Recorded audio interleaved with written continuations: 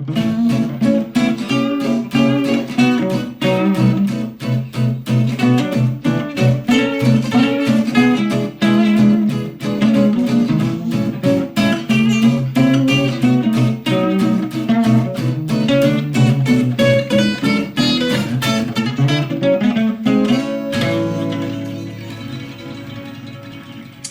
today talking to Tom Collins. Hello, Tom. Hi Vic, how you doing? How are you? All good. You? Yeah, all right. I haven't seen you for a while. Been busy, Been a while. haven't Yeah. Crazy all over. Been together in spirit, but not in you? Yes, physical contact. exactly. So, look, traditional first question, mate. What do you do? I fill my hours running my plant science business. Yeah, cool. That sounds exotic. Can be. I'm off to Kuala Lumpur next week, so that gets quite exotic. The week Sounds before I was absolute. in California, so Yeah, brilliant. semi-exotic. And the month before I was in South Africa, but that was for different reasons. So Yeah. Okay, so obviously people can tell from your accent that you're from South Africa, if they're observant. yep. So you're not in South Africa now. So you'd have to tell me the story from the beginning. So where in South Africa did you start from?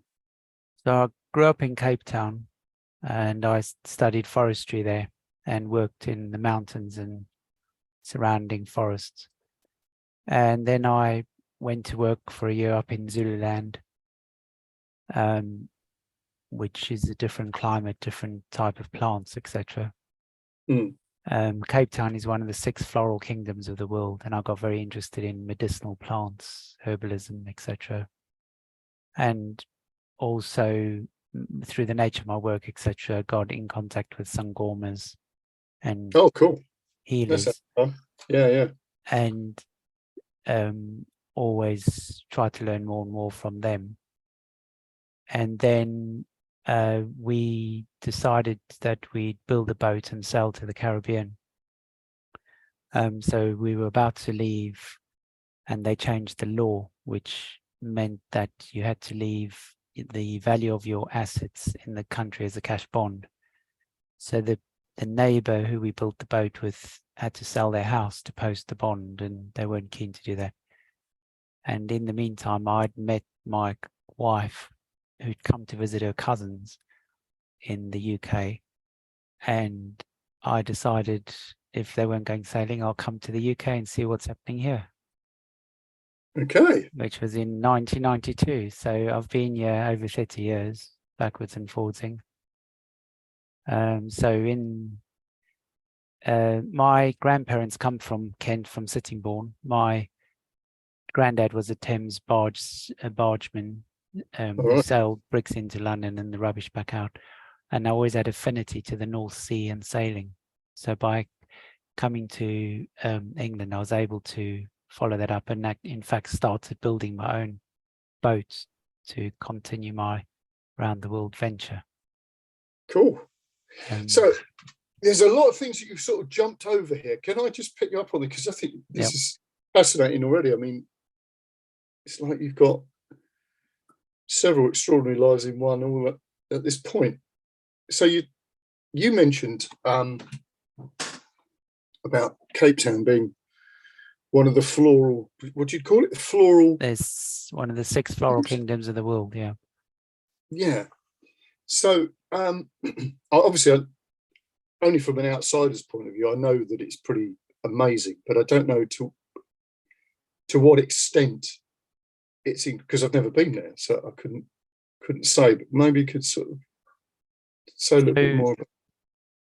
In South Africa has different climatic regions. So down in the south coast, you have 2 oceans which meet, the Indian Ocean and the Atlantic. The Atlantic Ocean blows cold air and cold water streams up from Antarctica, and the Indian brings warm tropical water down. Where the 2 meet, it creates some interesting weather patterns. Cape Town has a winter rainfall, so it rains for 6 months a year and then pretty much stops. So the plants are adapted to very dry conditions in the mountains, and they have a unique leaf. They're very thin leaves, and it's called sclerophyllous vegetation because in a leaf, here in temperate climes, we have a sclerophyllous layer of cells on top of the leaf, which is kind of sort of an insulation layer, like a layer of loft insulation to protect the leaf from the sun. But because the climate's a lot harsher there, this has 2 layers of insulation. And the plants are even being able to adapt to twist the leaves on the sides so they never face the sun. And this decreases the transpiration rate in the dry, hot weather. There are something like 16,000 different species of plant just in Cape Town, and a lot of them are aromatic, herbal, etc. And you may be familiar with rooibos tea, which is sold here, which is grown in Cape Town. And then obviously the national flower, which is protea, etc. So it's a unique selection of plants in the world, and it warrants its own floral kingdom. And there's only 6 different types of floral kingdoms in the world. Right. What are they? Because you've piqued my interest now. I'll have to consult Uncle Google. Oh, okay, don't come back to that because I don't want to stop the flow. That was just me being nosy. No, carry on, but So what's the difference with Zululand then? So Zululand is subtropical climate. I'm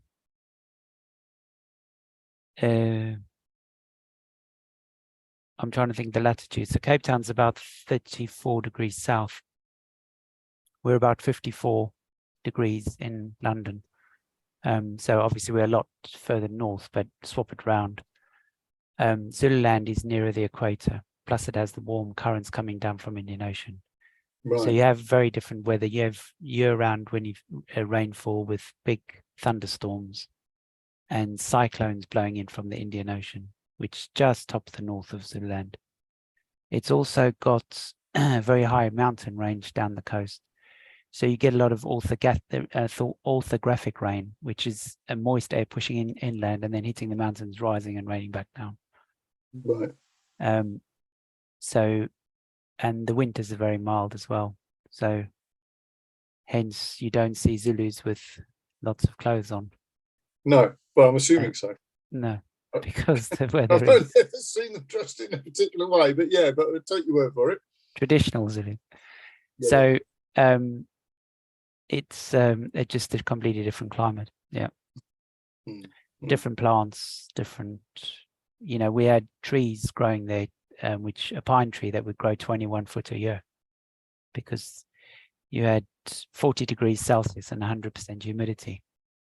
Wow. So it's like a greenhouse, constant greenhouse. Blimey. God. Now, the other one that you skipped over, which I'm very interested in, is that it said that you learned some stuff from the Sagoma. So, you talk about herbal medicine and stuff like that. Yeah. Tell me more. Obviously there's different tribal regions around South Africa. I grew up in Cape Town, which was a different group of people. And I enjoyed going to local villages and meeting local people and learning the languages, which obviously then led me to, with my plant science knowledge and interest, led me to learn more about herbal healing. So the traditional healers, or they're called sangomas, or unfortunately labeled by the British as witch doctors, yes, use lots of very interesting techniques to manage the health of their villages and their tribes. So there were, the physical elements, using herbal medicines and everything else. There were psychological elements, spiritual elements, a lot of superstition. They were all used to keep the villages strong and, you know, doing all sorts of interesting things, until Western people arrived and decided to change it all, and they needed to Yes. stick a chemist in the village to charge them lots of money for plants Stuff that which was grow more. free Yeah. in the wild. So That sounds familiar. yeah. So it's an interaction with the spiritual side, the physical side, Yeah. you know, even metaphysical sides, Yeah. which is just very interesting anywhere you go. Even our pagan history here, which we've often talked about, is very, very interesting. And bizarrely, the herbs and medicines you need are growing right under our noses. Yes. Anywhere around the world. So yes. I mean, but we're not taught to do that. We're not taught to heal ourselves. No, well, you know, nobody's Naturally, making money, are they? No, that's something that I've found fascinating. You're saying that because, as you say, in any tradition, it's that sort of idea that what you need is literally outside your door, and weirdly, things grow unannounced, don't they? In your garden. Yeah. So you realise that it's like, that always fascinates me.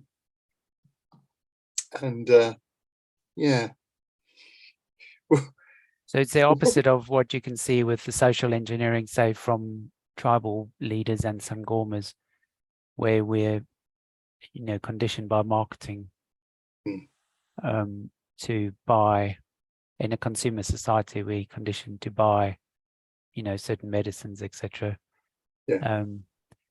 And companies get caught out. For instance, there was not so long ago, a company was questioned why they'd brought out painkillers for neck, head, and back when they were all the same thing. When the customer would go and say, "Oh, I better have all three because, you know, I might get a headache or backache," but they were all the same product. So this is how they were influenced in marketing. Whereas,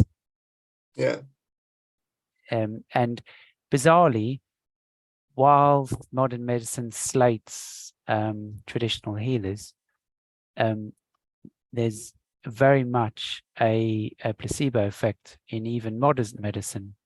Yes. So God. To slightly go off track is my sister-in-law's sister works for a big pharmaceutical company as a statistician, and discussing whether, so they would bring out a new drug which statistically would be 30% effective, but there would also be about a 30% placebo effect. So giving people a white sugar pill to say, you know, this will make you big and strong, and they believe it and they end up big and strong.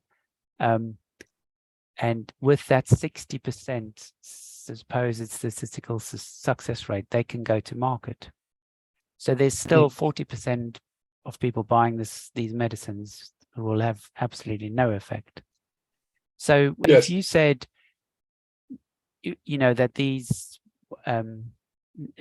traditional healers were potentially also using placebo effect, because they would make a concoction and say, drink this and you'll be better by the morning, and you'd believe it and you would be. And because you had a lot more faith and belief in their, you know, in them, and it's exactly the same thing. Yes. On a materialistic level, yes, definitely. So even if you're coming at it from a, you know, materialism point of view, the placebo is this sort of thing that defies all logic, really. Yeah. Richard Bandler, who you're familiar with as well, was the sort of NLP originator. He had this thing about placebos, and he was saying that he wanted to market a tablet which was a placebo and marked as a placebo. And on the packet, it said, this tablet has a, you know, 30% efficiency, or whatever, he quotes the figure.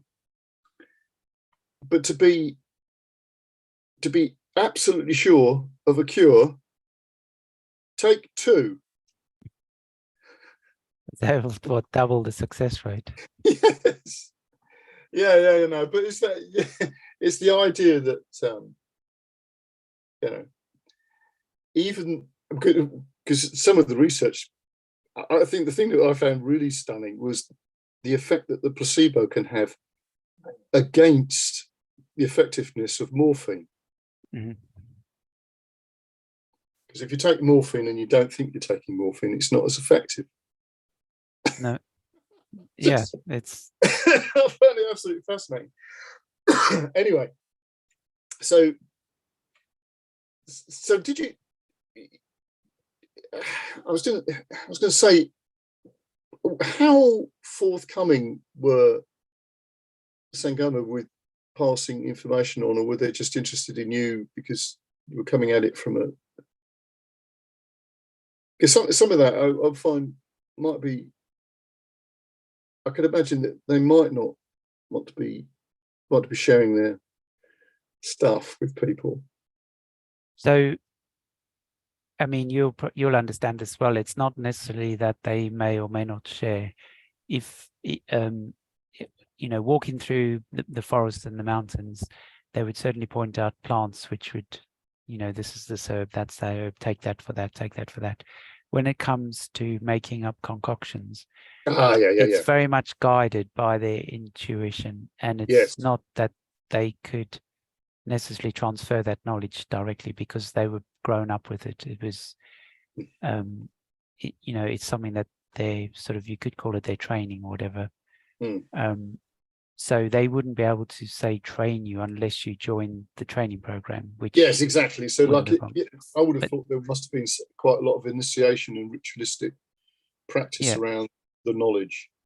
You had to join the club. You know, not anybody could just come in and no. Online course, then suddenly become a a weekend course, and suddenly you're a faith healer. So there's a lot of I mean, obviously young children, you know, depending on your belief whether they were drawn into that line. It's often amazes me to think that when we look at our society today and how there's so many things going wrong and falling apart, where those old communities and villages functioned, they all had a teacher, a doctor, a leader, you know, warriors, workers, farmers, and they just worked and they operated. You know, they weren't advertising on the internet for staff. They weren't short of staff. They just operated. They weren't on strike. They weren't on, you know, everybody worked together for the common good. Now, there's this thing about this sort of homogenous nature of a community, right? Like you're saying, once you've got a community, it naturally finds like a functionality of people. And you know, I was involved in an intentional community in Sussex for a while, and it was an extraordinary experience.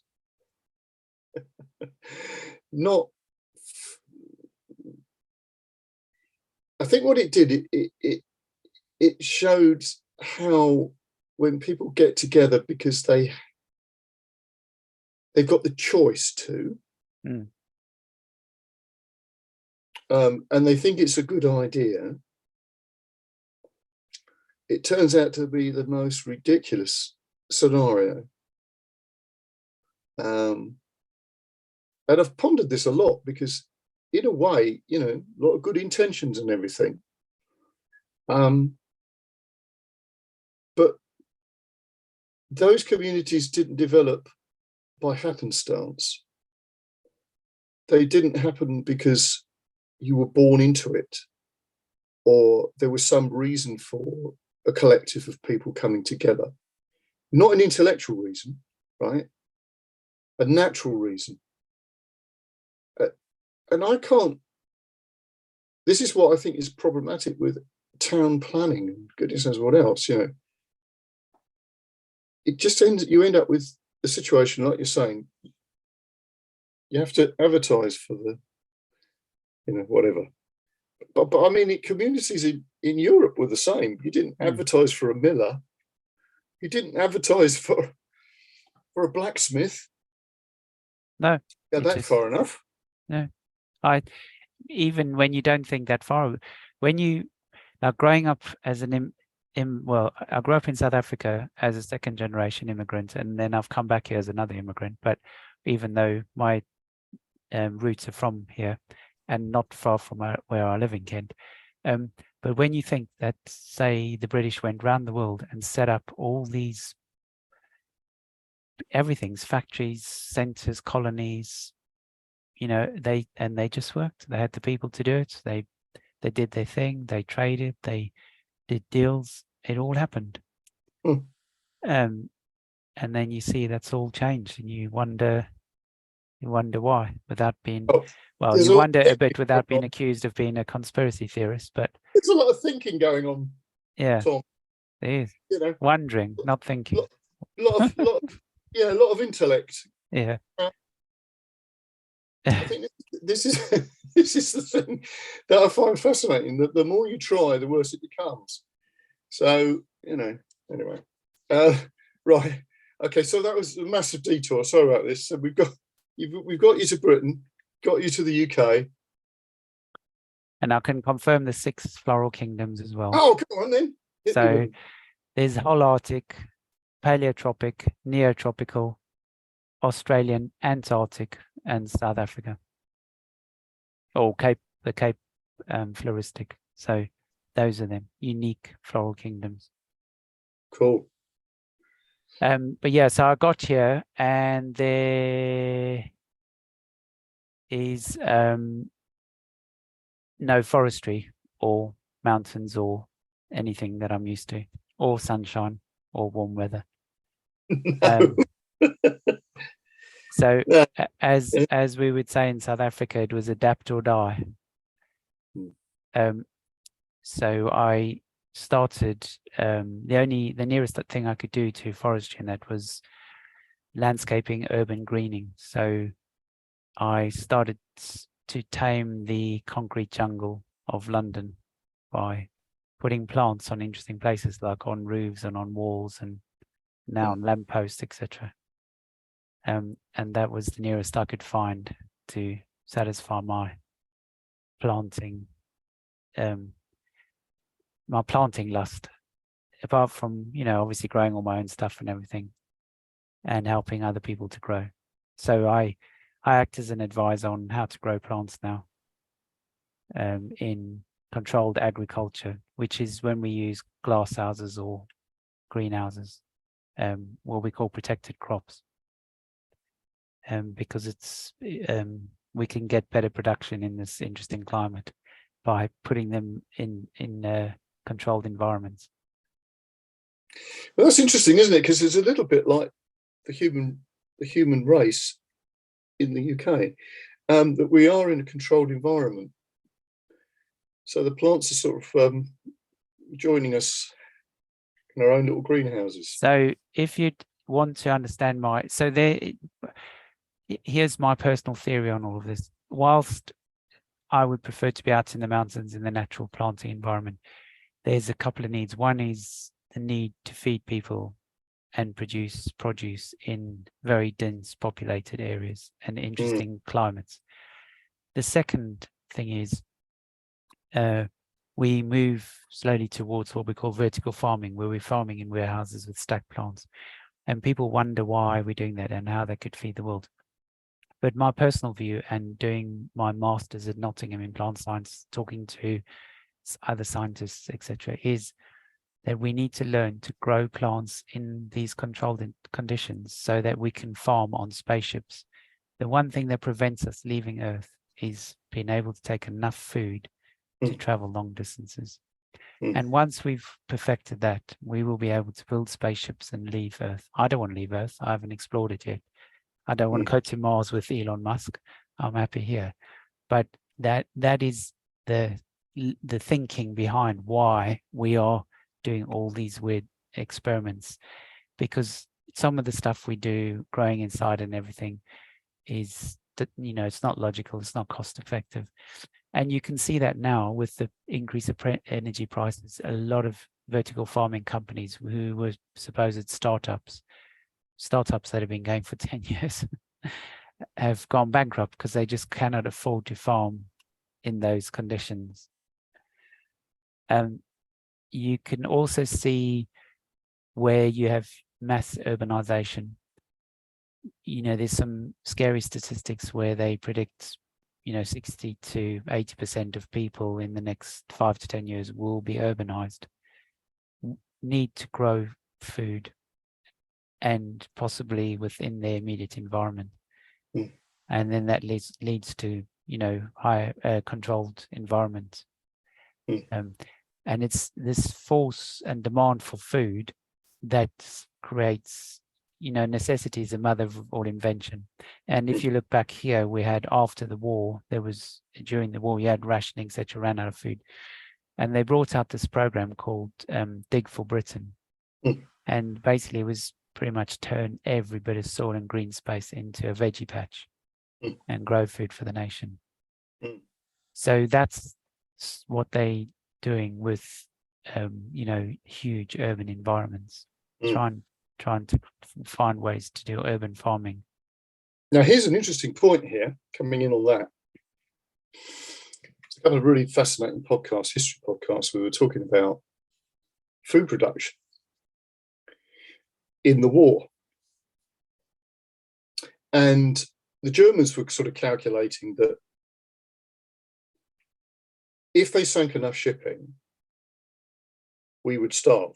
Yeah. But what they didn't factor in was that we were already, at that point, far more mechanized than the Germans.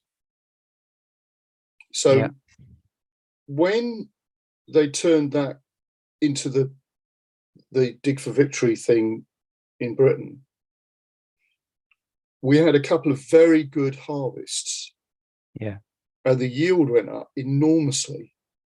So our need for imported food dropped dramatically, linked obviously with rationing.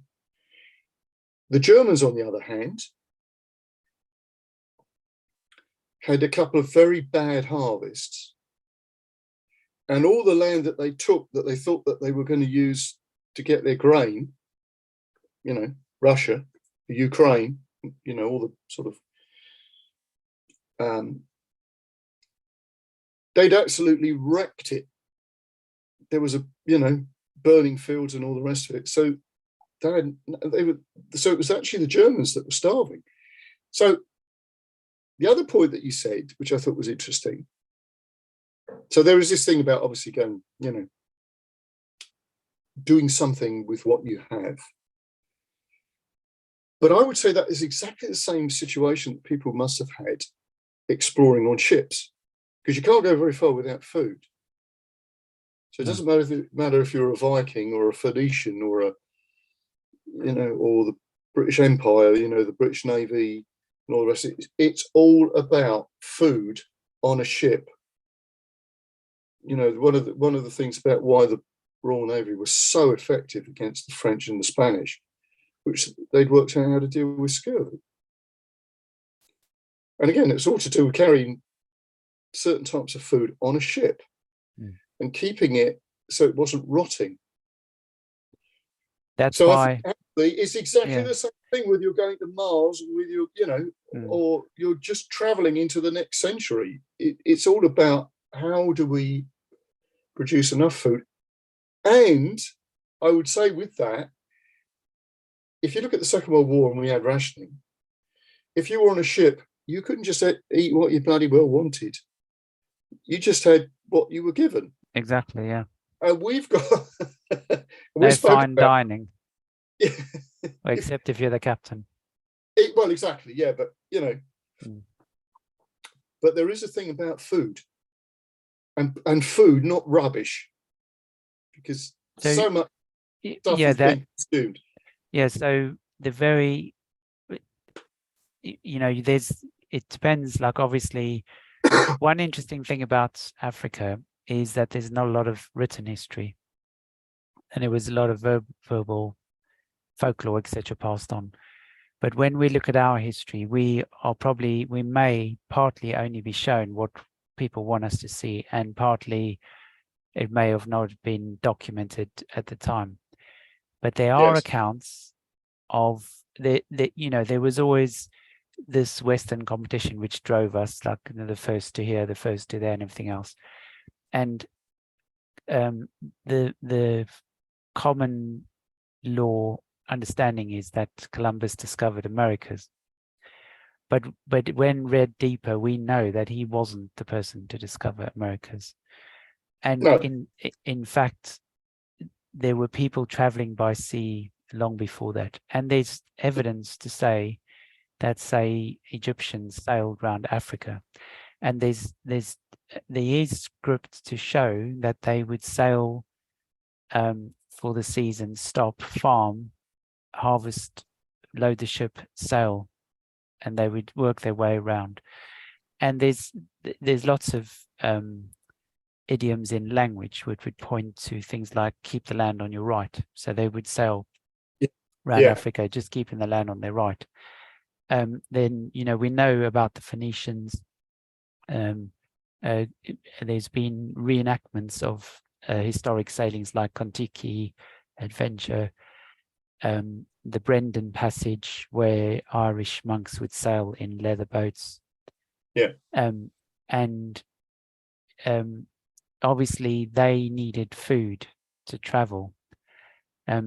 So where they, you know, old boats didn't have refrigeration and everything else, they developed techniques. So for instance, sherry was developed by putting rum in the wine to preserve it. Then rum became a staple of the Navy. And the alcohol has different uses as well. So for instance, we know in the colonies, the people drank gin and tonics. Now, gin, the gin was the alcohol which killed the dysentery, and the tonic had quinine in it to kill the malaria. So these weren't just people drinking to get drunk. They literally had their sundowner to keep the mozzies away and survive. And the some historic books that I've obviously, my interest in sailing, I've read, like 2 years before the mast, is a boat that sailed from New York right around San Francisco, trading as they went, as they do. And their ration was a handful of Stilton and an apple a day. So if apples are stored correctly, they would last a long time. And Stilton by nature looks after itself because the bacteria and the fungus preserve it. So isn't it bizarre that you go to the supermarket and they sell you cheese which is past its sell-by date at a discount, when there are varieties of cheese which they've taken ages to age and go. I know, it's like when, you know, you go to, I went over to see Chris in France, and of course we go to the supermarket there, and the cheese counter is, you know, just bloody enormous. And they're sort of fascinating because obviously a lot of the French are sort of a bit bewildered by the fact that, you know, we've got this idea that we need to sell cheese by a particular date, when really cheese is at its best when it's just about to walk out the door, or it's on its way out, you know, and you've got to chase after it in order to you know, when we think we dump 30% of our food because of sell-by dates. Yes, whereas I know. When, you know, when did that come in? That wasn't, you know, before. Our parents or our grandmothers definitely would, it's just you know, ridiculous. If it smells off, it's off. If it's not smelling off, and it hasn't walked out the door on its own accord, then it's absolutely fine. Yes, exactly. But you see all these, you know, obviously the scripts that we would have grown up with, say even the Bible, etc., documenting some of the old goat skin containers that, you know, things like olive oil is a good preservative and lasts a long time. Using vinegars, which is bizarrely sour wine, to preserve. And you can see that in our shops now with a lot of the East European food. They're very good at pickling. Yes. Because they didn't have fridges, etc. Yes. And when we talk about global warming, you'd think, well, if we chucked out the fridges and went back to pickling, we'd save a lot of energy, wouldn't we? So we wouldn't be in a pickle. yeah, we wouldn't be. And who changed the idea of electric milk floats? I mean, what was wrong with them? Now suddenly it's the rage. So as I say, there's too horse much and thinking cart. going. Yeah, true. Yeah. So Yeah. so anyway, that's my sailing plant Yes, interests, which continue. So that's really good. Now, boat building. yeah. We've got to get onto this one. So you're sailing. So I can't remember when I first started sailing or how my interest in part, there may be some genetic link to my grandparents, and most people in England would have some link to some nautical relation as a seafaring, country. And I grew up sailing on dinghies, small boats, progressed my way up into keel boats, sailing off Cape Town and the surrounding areas. And the things that drew me to sailing was the peace, respecting nature, not fighting, working with nature, not fighting nature, respecting the sea and the oceans. And when I came to the UK, obviously there's a lot more sailing here, so it's far more accessible, a lot more cruising grounds, which we don't have in South Africa, and obviously Europe. So my like I said, my granddad sailed Thames barges, and the first place I lived when I arrived in the UK was Gravesend, where we had some amazing barges on the Thames, and we could see them sailing up and down and anchoring off. So that was always a fascination. And an interesting fact about the Thames barges is no two is the same, and there's also no drawings for them. So each shipyard, the foreman had some training from when he grow. I was speaking to someone today about it. It would probably be a 7-year apprenticeship, learning all the trades, and then he'd just remember what it should look like and build it. Yeah. So that's why they're all different. And if you know what you're talking about, you can actually see which boatyard it came from by certain traits within the build. So I never built a Thames barge, but I built a steel boat with the intention of carrying on my sailing. But then life got involved. I got married, children, and everything else. So I never sailed my boat off. But I've had lots of good sailing off the UK and in Europe, and had several boats. Which, I just really enjoyed the freedom of just going out there, the peace and quiet, being at one with nature, which was the nearest I could achieve, which was fairly similar to just being in the mountains with nature. Because this crowded island, there's not many places you can go and not see people or hear people or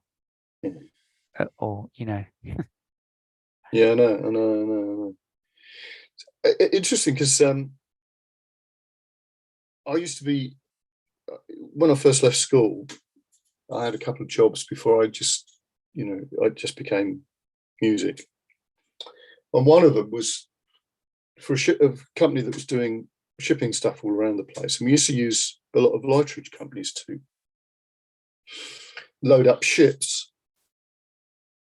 But even then it was getting a little bit, they were sort of not as common as they were, at one time. So we used to use a lightering company in Greenhithe, Yep. And when you went there, it was just like stepping back in time. There were characters there that had obviously been doing that work for years, but it really did feel then, even then. So I'm talking 40 years ago. It felt old, and it felt like it was slipping away, which was a shame because it was something. It seemed something very special somehow. Yeah, it's funny how the change in our history and culture is almost logarithmic. We have, if you think it wasn't that long ago, I mean, I can't remember when your first mobile phone came out, or, you've got your iPad, and within months and years, the technology changes so quickly. But you look back, say 50 years, 100 years, the same technology, the old same sailing boats, etc., were around for hundreds of years. They used the same techniques and everything. And people learned at a young age.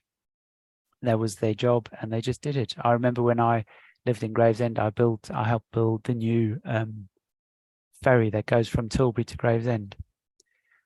And there was a guy on the ferry whose job, basically he was a deckhand. His job was to take the rope off the bollard, let the boat go across the river, tie it off on the other side, wait for the passengers to get off. And he'd done that. I think he'd done it for 70 years. That was his job. He never retired. He just did it. And that's what he did every day. And he never thought of anything else, or he never wanted to be the skipper. He never learned. He's happy just to take that rope off. That was his job. That was his identity. And he stuck with it. But then as the technology changed and they brought in new rules and everything, he just wouldn't adopt it, and he wouldn't accept it. But he did have some very, very interesting stories, as you can imagine. And yes. in particular, the crossing these days is, let's call it 5 minutes across the river.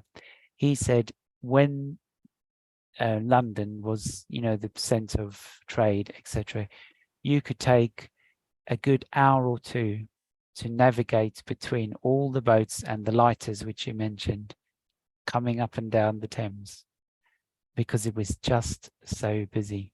And the lighters were basically to allow larger ships to come in, then discharge their loads into the lighters. Yeah. And those lighters would go up and down the Thames with just a man, a boy, and a dog, with no engines, no sails, and they would just use the tide and a single oar to steer and reposition in the tide. Absolutely amazing.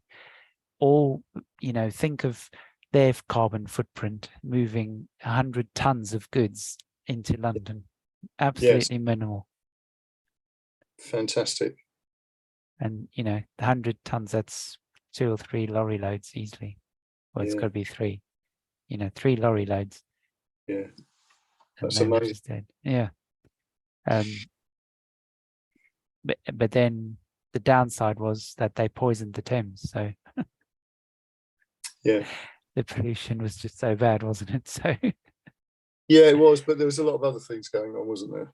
Yeah. Obviously sewage being pumped into the Thames and all the rest of it. Right. So, okay, we've got the boat building, right? And you've got your sailing. Yeah. Got this tract. So when I first met you, you had a business. You had your own business, which was like a sort of nursery business, wasn't it? Yeah, plants, landscaping, nursery. Yeah. Yeah. And that was in, where was it, East Peckham? East Morning. East Morning, beg your pardon. Yeah. East Morning, that's what I meant to say. So you're doing things now that are, well, you're globetrotting. So tell me how that sort of developed. So my interest with roof gardens and living walls led me to explore different substrates, which are the growing medium that we used to grow in.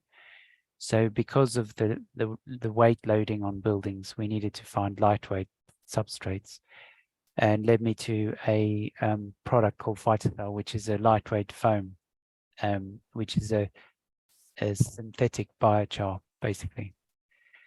And we started using that. So I then got involved with the company in the Netherlands and was selling it around the world. And now I've set up my own factory in the UK.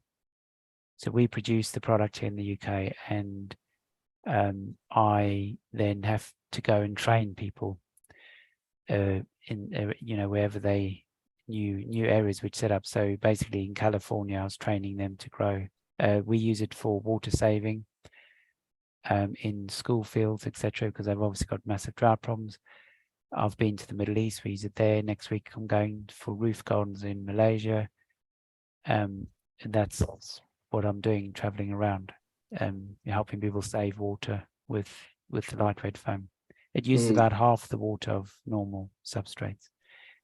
And it's also very good for controlled environment agriculture. So we have strawberry farmers, herbal medicine farmers in countries where that's legal, like California, etc. Because it doesn't need a lot of energy to produce, whereas they would be growing in rock wool, which you'd find in your house as insulation in the roof. They grow plants in that as well. But in order to make that, they need a lot of heat to melt sand.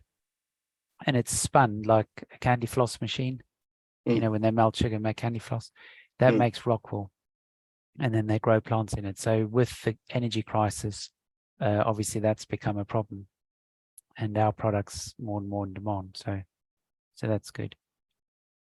That's amazing. So there's another one, isn't it?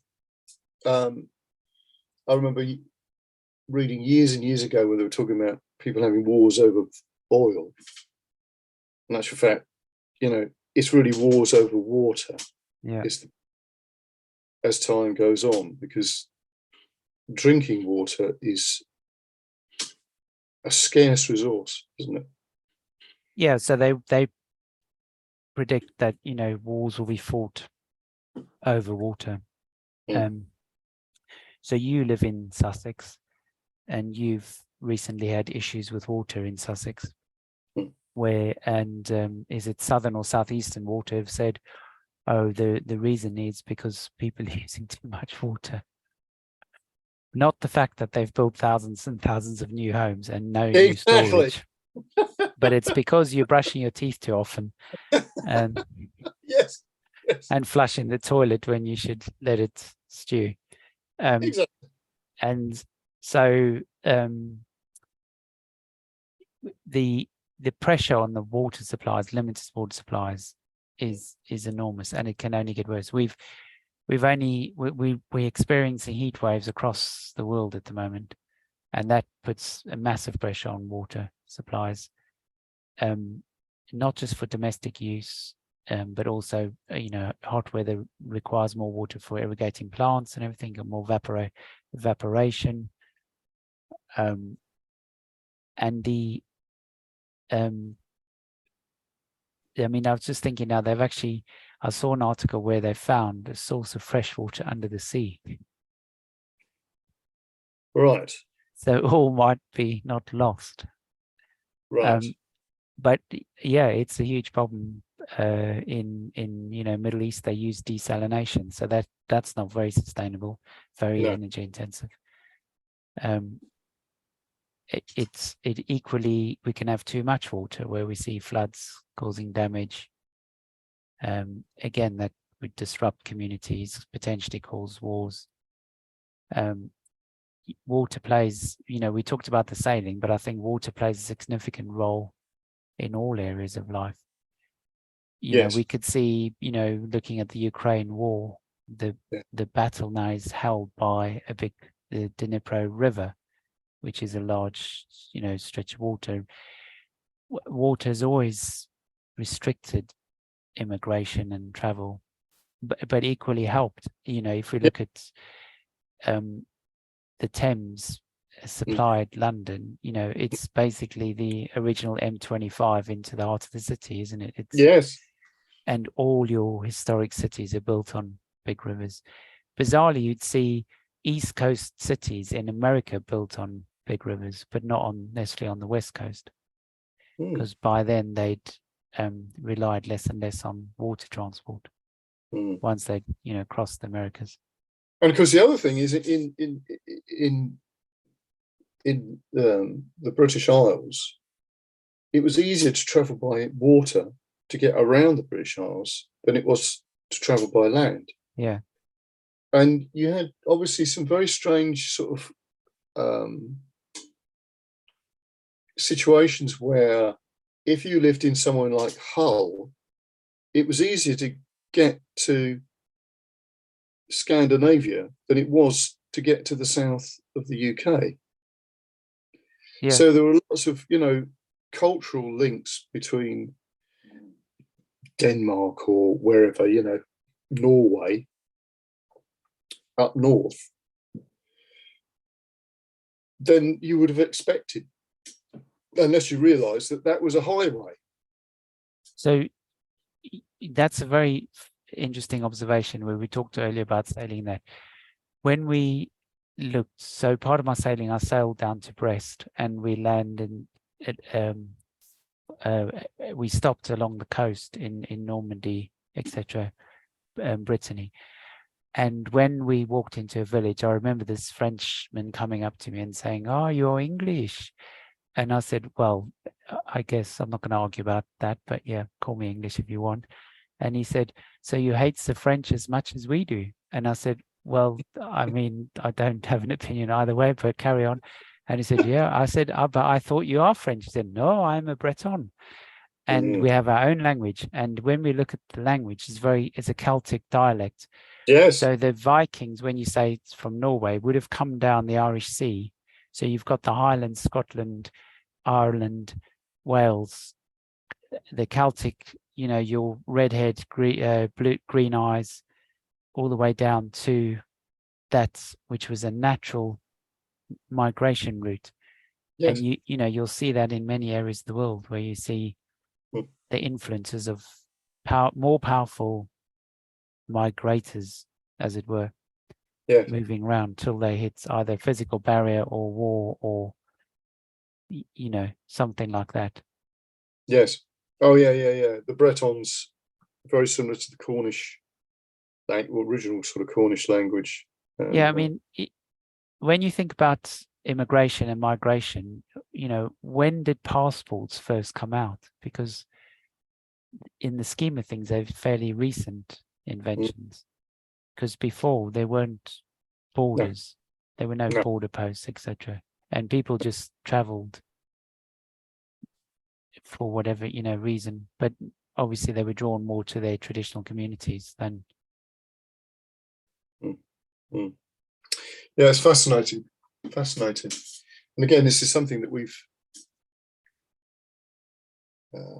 sort of this sort of travel by sea. You're saying us being an island nation. Obviously our language is, the English language is absolutely steeped in maritime terms and metaphors and all the rest of it. So many things. And you think it's sort of weird because now we're almost got to the point that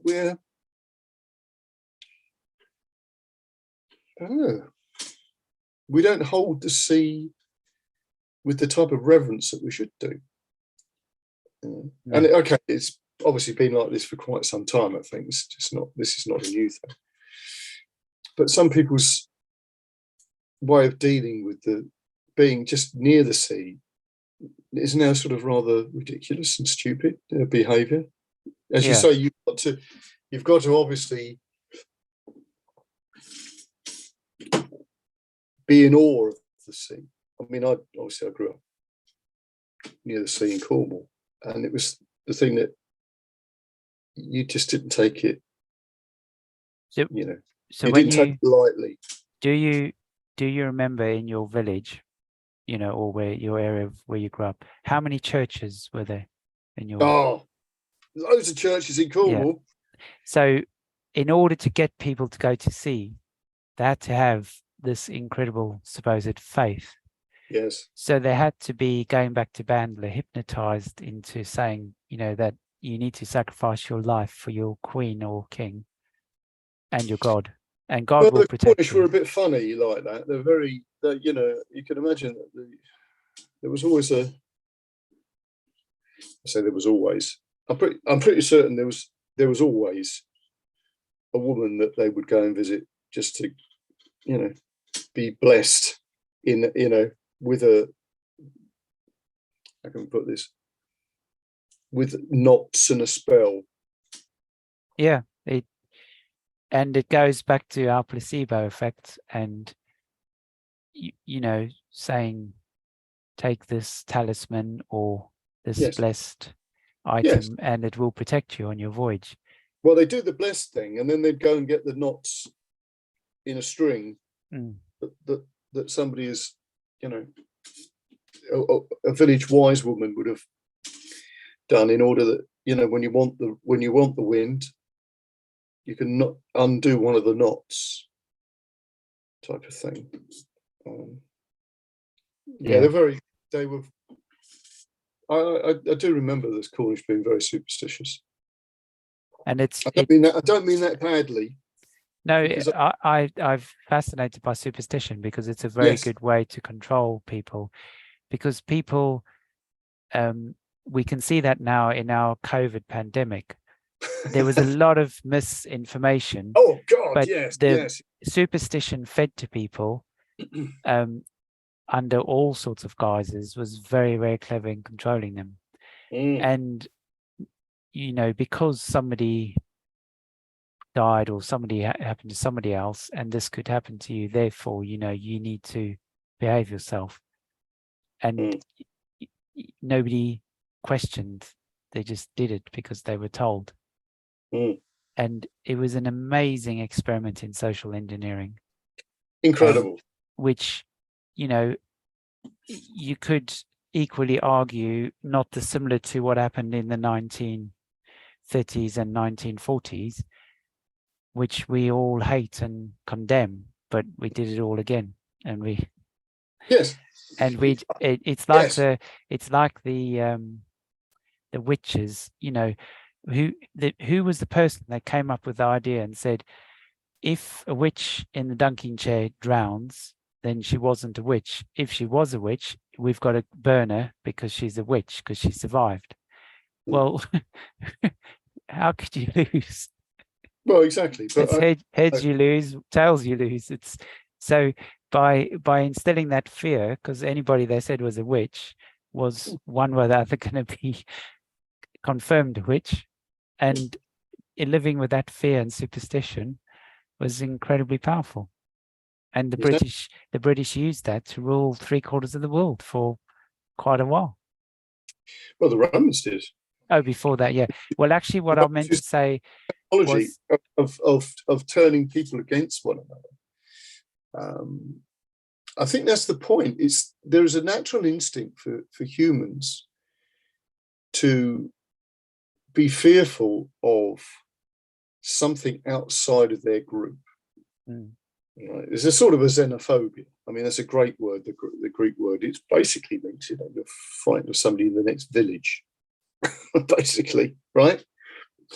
But that's also true of somebody from the next mindset. And then we've got this capacity to just dehumanize the others, which is pretty terrifying, actually, that we can do that. That we can just assume that other human beings are less than us, or not even the same as us. They're not even human. It's pretty astonishing. And you're saying about the COVID thing, you saw a lot of that rhetoric going on about, you know, people who wouldn't toe the line, whether it was wearing masks or whatever. And there's a lot of things there which seem utterly ridiculous in retrospect, because what seems to have transpired doesn't match. I mean, you know, my head's buzzing with lots of examples. I'm going to go with them, but I think in a lot of cases, hang on, I'll just get rid of this a minute. Right, that's it. Sorry, somebody's. I thought that might happen actually. Sorry about that. I had a call coming. Yeah, I think that says quite a lot about human nature. But if you think how, you know, most of say most, but you know, people I know in my street, and you know, people who probably did, came out every Thursday at 8 o'clock to bang pots for the NHS. Yes. Somebody can just come up with something like that, and everyone goes, right, that's what we're going to do. That's what we're going to do. Nobody questioned. Nobody said, well, what about the teachers? What about this? What, you know, and this division in society that some are better than others. You can go to work. You have to stay at home. It worked. People believed it. They went, well, no, the medics are the most important. Well, do the medics need to eat? Do their children need to be looked after while they're? Do their cars need fixing? Do their business need emptying? Yes, because we're a society. But we convinced everybody that they were more important and they need pots and pans. Now, when the NHS is on its knees struggling, well, we're the pot bashers now. Exactly. You know, exactly. And when you think ritual, which we've talked about before, and how important that is, that was absolutely amazing ritual. It brought on for no reason. Suddenly the whole country was doing it. Nobody questioned it. Nobody wondered why. They just went, no, that's what we're going to do. It's the right thing. So we'll just do it. Yes, exactly. Yeah, I know. Yeah, well, ritual. Yeah, because let's obviously start a new ritual. Right, what shall we do? Exactly. Exactly. Well, Tom, we've been chatting for an hour. Yeah, well, okay. Yeah. Brilliant stuff. Look, there's a lot more that we could talk about, but maybe we'll have to do this another time. But that's brilliant chat actually, and that's good. And in true sailing and navigating style, we've entered waters that have never been entered before here. Nope. I thought that might happen. So yeah, look, I'm going to put some things on the show notes, just roughly about what you do, because there's so much information in this. Okay, you don't need anybody else probably to contact you off, because you're busy as at the moment. No. But there's such a lot of stuff there, which I think is so thought-provoking, because it's like a bigger picture you're presenting than what, unfortunately, most of us do. We're all in our little bubbles, right, dealing with our own little stuff. But I think what you're doing is that you're seeing a much broader picture than most people even think about. So, which is bizarre when they say to trust the science. And my science that I learned was to question. My brain questions everything until I know that I'm correct. So, you know, you'd have a null hypothesis, and it's your job to prove it's wrong or right. Yes. And the only way you can do that is by asking questions. And unfortunately, that doesn't seem to be allowed anymore. No. So don't ask questions. There's a lot of this stuff, and I mean, particularly when you get to the people who claim to be skeptics, they seem to be like a cabal of people that are actually so entrenched in a thinking style is utterly jaw-dropping. But that's another subject. It is indeed. All right, then, mate. Right, brilliant. Thanks very much. All right, that was fantastic. Thanks for that. We'll catch up soon. Okay, then. See ya.